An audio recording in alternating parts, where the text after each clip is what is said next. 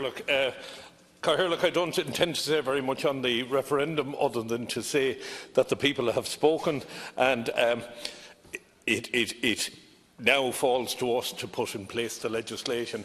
I don't want to single anybody out, but long before I came into the Oireachtas, Senator Batchek was somebody who was always front and centre on women's issues, and I think she must feel greatly vindicated at this stage for her work, and I want to congratulate her for that.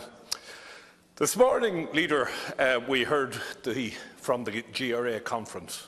1 in 4 Gardaí may be suffering from work-related stress or trauma, according to a survey carried out by the Garda Representative Association. The survey carried out by psychotherapist Dr. Fallon described 27% of those who responded as potentially walking wounded.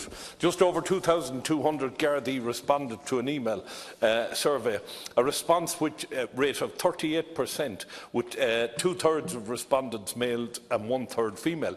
This is the second survey of people in uniform which shows that this country is in dire straits.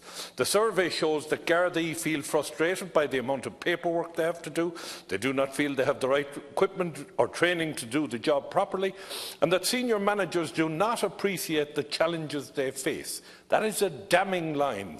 Senior managers do not appreciate the challenges. GRA has said that the majority of Gardaí are not trained to properly police the state, particularly in areas of road policing and sexual offences. The organisation, which began its annual conference in Wexford yesterday, points out that detectives who carry guns are not trained in tactics, and frontline Gardaí are not trained to respond to terrorist incidents. This is damning. I carried weapons myself for 10 years of my life, and not being trained and regularly trained in the use of tactics with respect to carrying weapons which have the potential to kill is just unbelievable. It also said that most rank-and-file Gardaí do not have full driver training qualifications. A vehicle driven at high speed by somebody who's not qualified to drive it is a lethal weapon as far as I'm concerned. The GRA says 52 new laws have been brought in over the past 8 years, but not one classroom training event has taken place. GRA also said that the lack of welfare facilities for traumatised Gardaí is a major concern. A hard Brexit, this is something I said when the day after the Brexit vote was passed in the UK. A hard Brexit is also an issue, with delegates pointing out that 500 kilometres of border with 200 crossings, they would need 1,000 extra Gardaí along the border. There's no plans in place to do this. We're sleepwalking towards a Brexit that may very well be a hard Brexit. The health and well-being of members of the Gardaí and the absence of training are issues set to dominate the conference today.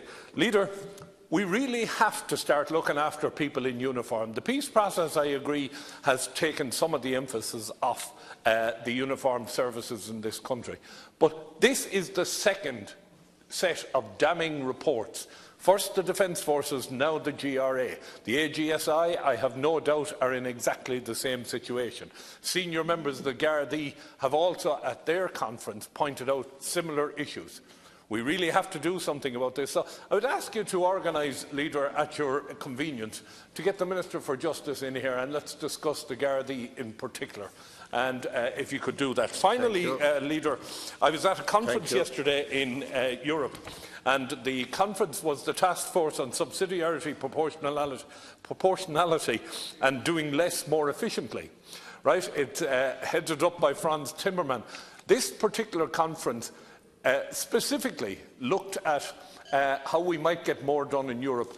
But one of the things that I'm convinced now is that local government is not getting enough attention with respect to European directives, European laws. There needs to be more interaction with local government. Too many decisions are made by a centralised national government, and that's right across the European Union, and this conference showed that yesterday. So that's something we might also try and organise a debate on, how we engage local government more in European affairs. Thank you. That was like a second stage speech, Senator. Senator Ruane.